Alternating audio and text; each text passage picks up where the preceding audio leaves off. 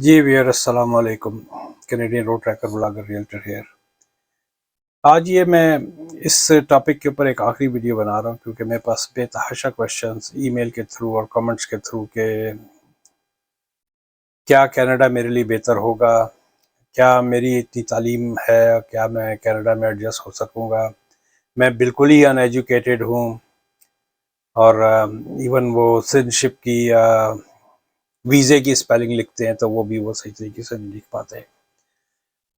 तो मैं सारी चीज़ों के ऊपर रोशनी डालूंगा। मैं उस टॉपिक से हट के कि भाई उनके अंदर स्किल है नहीं है, इंग्लिश आती है नहीं आती है, मैं सिर्फ एक इसके ऊपर बात करूंगा कि क्या कनाडा हर एक के लिए है, क्या कनाडा पे कनाडा के क्या एक्सपेंसेस है यहाँ पर आजकल। क्योंकि मौजूदा अभी से पहले मैंने वीडियो डाली है जो महंगाई का यहाँ एक तूफान आया हुआ है। कुछ गवर्नमेंट की पॉलिसीज़ थी, कुछ इंटरनेशनल इन्फ्लेशन जो दुनिया में चल रहा है, महंगाई का एक की जो एक हवा आई हुई है आफ्टर कोविड। कनाडा पाकिस्तान में क्या महंगाई होगी जो यहाँ पर महंगाई है इस वक्त। और बिल्कुल ऐसे ही हो रहा है जिस तरह पाकिस्तान के अंदर कमाई 20,000 रुपये, 25,000 रुपये और इलेक्ट्रिक का बिल ही 12,000 रुपये का आ रहा है। तो यहाँ पर कमाई जो हो रही है, अगर कोई स्किल नहीं है, कोई आईटी की अच्छी जॉब नहीं है, और अगर आप ऑड जॉब्स कर रहे हैं और आपकी बीवी भी कमाई नहीं कर रही है क्योंकि उसके बच्चे छोटे हैं तो she has to take care of the kids, तो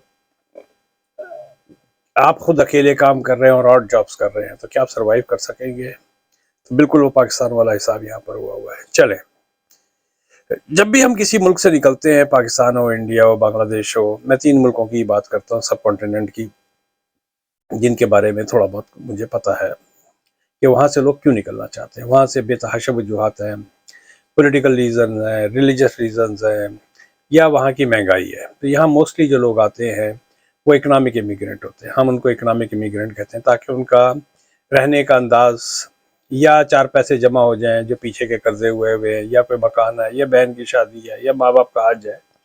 आई मीन एक जिस तरह एक नॉर्मल हर मर्द जो है, हमारा जो एक प्रोसेस है जिससे हम गुजरते हैं, तो इसीलिए यहाँ पर लोग आना चाहते हैं। मैं बाद में आऊँगा स्टूडेंट पे किस तरह आते हैं, कौन यहाँ पर ज़्यादा अच्छे तरीके से रह रहा है या गुजारा कर पा रहा है, ओके, और किसके लिए ये बेहतर है। अगर आप शादीशुदा हैं और आपके 2 बच्चे हैं और आप सिर्फ इसलिए आना चाहते हैं कि आपके यहाँ पर हालात अच्छे हो जाएं, तो मत आए। आपके यहाँ हालात अच्छे नहीं होंगे अनलेस आपके ब्रीफ केस में पैसे बहुत ज़्यादा हैं, पीछे 2-4 आपके प्लाट हैं, या 2-4 मकान हैं, या एक आध मकान है जिसको बेच के कल को अगर आप वाकई यहाँ पर सेटल हो भी जाते हैं तो कल को कोई बिजनेस वगैरह कर लेंगे, क्योंकि आप पढ़े लिखे तो है नहीं, अनएजुकेटेड हैं प्रॉपर। और अगर आप 40, 45 या 50 के आते हैं, इवन 55 पे भी लोग बेचारे जो हैं, बेचारे तो नहीं मैं कहूँगा, आई मीन स्टिल मुझसे तो वो यंग ही हुए और बहुत यंग हुए, तो आई मीन चाहते तो वो भी हैं कि भाई जितनी तकलीफ़ों से पाकिस्तान में इतने अरसे से हमारा जिस तरह हमने मजबूरियों के साथ काटा, हो सकता है हमारे हालात अच्छे हो जाए। तो Canada is not the country for that. अगर कल को आप यहाँ पर रेगुलर हो जाते हैं या आप एज ए इमिग्रेंट आते हैं तो कल को आपको पासपोर्ट ज़रूर मिल जाएगा। यही एक सबसे बड़ा बेनिफिट है। Other than that it's not easy, क्योंकि आप आ रहे हैं कि किसी तरीके से जो मैं कर्जा या उधार या जो भी है, या जो मेरे पर फाइनेंशियल आसूदगी नहीं है उसको उतारूंगा और 4 पैसे बचाऊंगा। तो यहाँ ऐसी कोई कहानी नहीं है। You can not save any money here. यहाँ थोड़ी सी एक आसानी इस तरह जरूर हो जाती है, जो आपको चाइल्ड बेनिफिट वगैरह मिल जाता है। चाइल्ड बेनिफिट आपको मिल गया, उससे आपका किराया वगैरह आधा हो जाता है। $2500 की मिनिमम वेज हो जाएगी, उससे आपका थोड़ा। लेकिन अगर सेविंग की तरफ आप जाना चाहते हैं कि यार हमारे 4 पैसे, मैं ऐसे भी लोगों को जानता हूँ जो यहाँ 16-16 साल, 20-20 साल से वो पाकिस्तान नहीं जा पाए। मैं अपने आप को बहुत ज़्यादा लकी लोगों में समझता हूँ कि हम साल के 2-2, 3-3 फेरे भी लगा लेते हैं। और उसमें भी मेरी कोई कनाडा की कमाई नहीं, मैं तो 16 साल अमेरिका में लगाए थे, वहाँ से जो कमाया यहाँ भी खैर आखिर के लास्ट के 12 साल में मेरा काम बहुत अच्छा चला पिज़्ज़ा स्टोर के अंदर। तो अदर देन दैट, अगर कोई कहे कि एक reasonable amount of money you make and save here, no.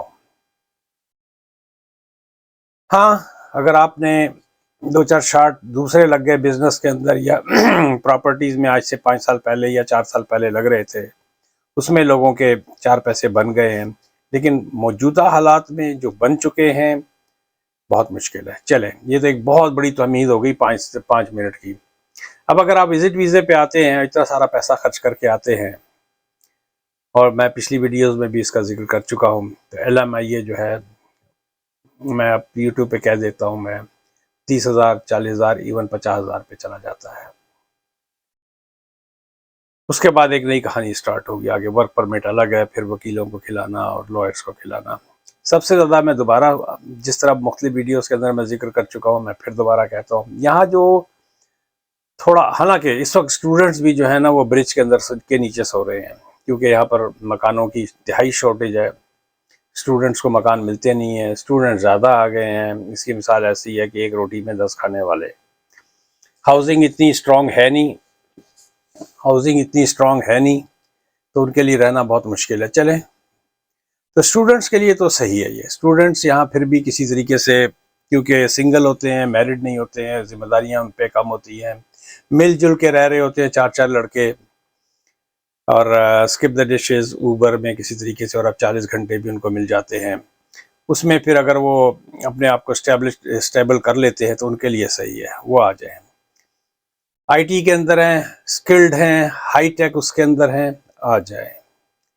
कल को आपका PR हो जाएगा यहाँ पर, उसके बाद आप यहाँ से क्या नाम है, अमेरिका की तरफ चले जाएंगे, क्योंकि यहाँ पर इस वक्त जो है ना, पाकिस्तान को कहते हैं ना कि वहाँ से ब्रेन ड्रेन हो रहा है, यहाँ से भी बहुत सीरियस ब्रेन ड्रेन हो रहा है। और होता क्या है, यहाँ से लोग यूनाइटेड स्टेट्स में चले जाते हैं। कनाडा आने का जो सबसे बड़ा बेनिफिट है आपके लिए या किसी के लिए भी, कि कल को आप सिटीजन अगर हो जाते हैं, तो आपके लिए एक छोटे से दरिया, मैं इसको छोटा सा दरिया कहता हूँ या नदी कहता हूँ अमेरिका के मुकाबले में, तो इस नदी से निकल के आप बड़े से समुंदर में चले जाएंगे। And that is a really really land of opportunity.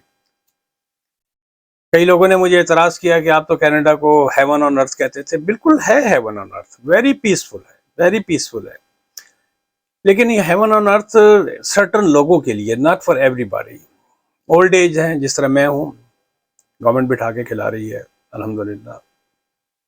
मेहनत की, अल्लाह पाक ने आसानी दी, साले औलाद है, बच्चों की सपोर्ट है, तो पीसफुल है, बहुत ज़्यादा पीसफुल है, बहुत सीनिक ब्यूटी है। आप घूमें फिरें, पूरा मुल्क ही मरी है, पूरा मुल्क ही जिसे कहते हैं ना इस्लामाबाद है। और अमेरिका, हालांकि क्राइम रेट अब यहाँ भी काफ़ी हद तक बढ़ चुके हैं। 50 से 60 गाड़ियाँ हर रोज़ चोरी हो रही हैं ब्रैम्पटन और टोरंटो की तरफ से, लेकिन फिर भी अभी हमारा मिसिसागा काफ़ी हद तक सेफ है। मैं भटक गया अपने टॉपिक से, लेकिन कहने का मकसद ये कि स्टूडेंट्स के लिए जी बहुत अच्छा है ये। आप एक्सप्रेस एंट्री पे आते हैं, बहुत अच्छा है। हालांकि अब बहुत सारी इंडियन फैमिलीज जो यंग कपल्स थे, आज ही मैं एक वीडियो देख रहा था, they are going back. The wife is on, they don't have no kids, but the wife is in depression. सुबह 4 बजे उठ के जॉब पे जाना एक अफरा तफरी का सा आलम है, क्योंकि आपको you have to meet the both ends. घर का खर्चा आपको चलाना है, तो वो they are going back. There are lots of people, they come and they go back, they say no it's not for us. ऊपर से सर्दियों का डिप्रेशन अपनी जगह पे होता है। अच्छा, अब आ जाती है बात के, मैं अब थोड़ा सा खर्चे गिनवा देता हूँ कि खर्चे कितने होते हैं यहाँ पर। अगर आप आते हैं, एक मियाँ बीवी के साथ हैं और आपके 2 बच्चे हैं, इस पे मैं कम से कम I made almost 15-20 videos I had made it already. Life in Canada में मेरी तकरीबन 300 के करीब वीडियोज होंगी, उसमें कहीं ना कहीं आपको मिल जाएगी। अच्छा, आप यहाँ पर आते हैं, यहाँ पर अगर आप कंडोमिनियम में रहते हैं, अच्छे फैंसी किस्म के कंडोमिनियम में, यू टॉकिंग अबाउट $2,800 to $3,000, आप एंड अप कहाँ होते हैं? जब नए नए आते हैं तो बेसमेंट में एंड होते हैं। उसका भी इस वक्त 2 कमरों का किराया तकरीबन 2,000 के करीब हो चुका है। ग्रोसरी जो है यहाँ पर, जो किसी ज़माने में $500-700-800 की होती थी, it's crossing $1,000 unless you know how to manage your money. $1,000 की ग्रोसरी हो गई, 2,000 का ये हो गया, 3,000 हो जाते हैं आपके। अब आ जाते हैं आपके बाद, जब आप नए आते हैं, मैं उन खर्चों को तो काउंट ही नहीं कर रहा हूँ। अगर नए आते हैं तो आपको एटलीस्ट 10,000 तो अपने आप को सेटल करने, फर्स्ट एंड लास्ट रेंट हो गया, आपके घर के भांडे बर्तन ये दिस एंड दैट खरीदते खराते, बेड वेड खरीदेंगे, घर को सेट करेंगे, कुछ भी करेंगे, वो एक 10,000 का पैकेज रखा हुआ होता है, वो एक अलग है। मैं जो बात कर रहा हूँ आपसे, एक आप सेटल हो चुके हैं, अभी नए नए आए हैं, लेकिन अब आपने गाड़ी भी ले ली है, यकीनी बात है आपको गाड़ी चाहिए होती है, हर जगह पब्लिक ट्रांसपोर्ट यहाँ पर नहीं है। गाड़ी बाई इटसेल्फ आपको $500 से $600 महीना खा जाती है आपकी गाड़ी की। अगर आप कैश पे उठा लेते हैं फबेहा, लेकिन आपको शुरू में इंश्योरेंस बहुत महंगी मिलती है, फिर आपकी गैस आ जाती है। अब डिपेंड करता है कि आपकी gas I mean sorry wear, अच्छा डिपेंड करता है कि आपकी जॉब कहाँ पर है। तो अब आपको गाड़ी चाहिए, उसके लिए तो $500 to $600 तो आप गाड़ी का रख लें। अब आपके बच्चे हैं, अब दो तरह के स्कूल होते हैं यहाँ पर, एक पब्लिक स्कूल होता है, प्राइवेट स्कूल होता है। Public school I don't want to say much. अगर आप उनको प्राइवेट स्कूलों में डालते हैं, नहीं जी हम तो अपने बच्चों को इस्लामिक स्कूल में पढ़ाएंगे, या हम अपने गुरुद्वारे के स्कूल में पढ़ाएं, मैं इन जनरल बात कर रहा हूँ सबके लिए। रिलीजियस स्कूल में आप पढ़ाएंगे तो ये talking about $800 to $900 पर kid per month. It's very serious expense. चलें, आप कहते हैं नहीं मैं पब्लिक स्कूल में पढ़ा लूँगा, नो इशू। आपको टेलीफोन चाहिए, सेल फोन $50 to $60 का आपको सेल फोन होता है, जो आपको कॉस्ट करेगा ही करेगा। तो you talking about minimum worse come worse, you talking about $4,000 कहीं नहीं गया। इसमें आप सिर्फ सिंपल रह रहे हैं। अब बताइए कि आप जिस मकसद के लिए इस मुल्क में आए थे कि यार हम 4 पैसे जोड़ेंगे, और इसके अंदर मैं बेबी बोनस को भी शामिल कर रहा हूँ। इसके अंदर आपकी कमाई के अंदर बेबी बोनस को, जो 1500 के करीब 2 बच्चे अगर आपके साथ हैं तो 1500 से 1700 डिपेंडिंग ऑन देयर एज, क्योंकि कुछ अंटारियो का मिलता है वो 6 से 7 साल की उम्र तक मिलता है, उसके बाद वो ख़त्म हो जाता है। और या अबाउट $1600-1700 या $1600 के करीब मिलता है।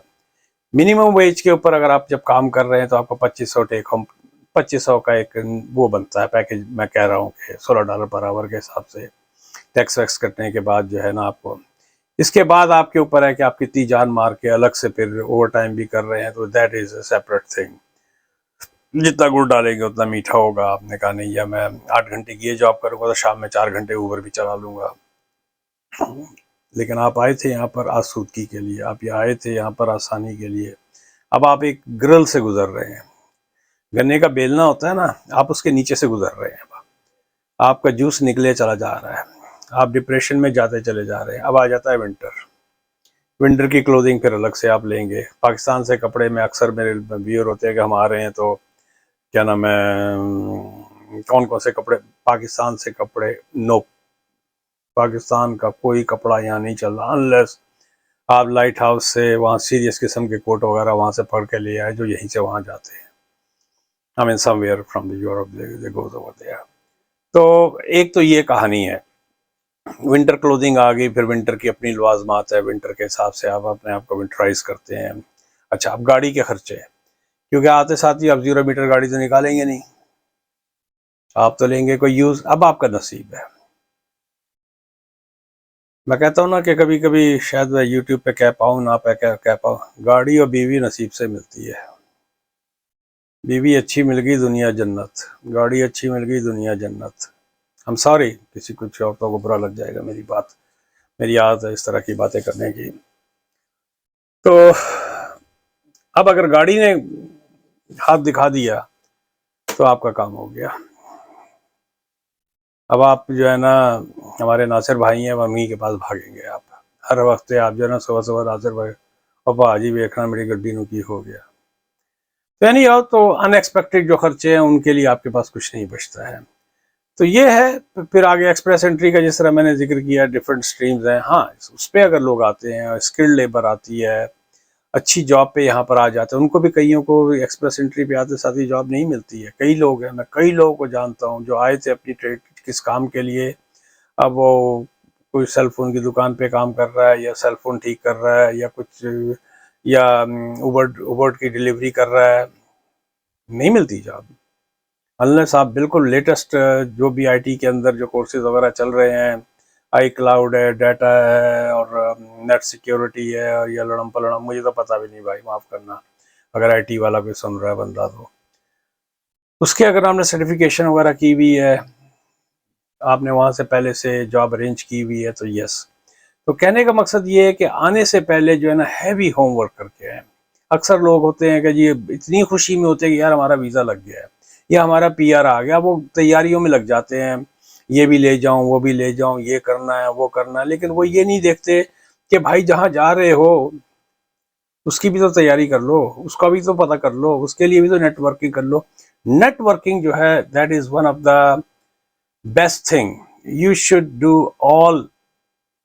जो जाके आप उस शहर के अंदर जाके, हाँ मैं नेटवर्किंग के बारे में बात कर रहा था कि अगर नेटवर्किंग जो है ना एक वो टूल है, मैं इसको टूल ही कहूँगा। अगर आपने पहले से होमवर्क किया हुआ है, मसलन आप टोरंटो में आ रहे हैं फ़र्ज़ किया, तो आपको जो मिले यूट्यूबर, टिकटॉकर,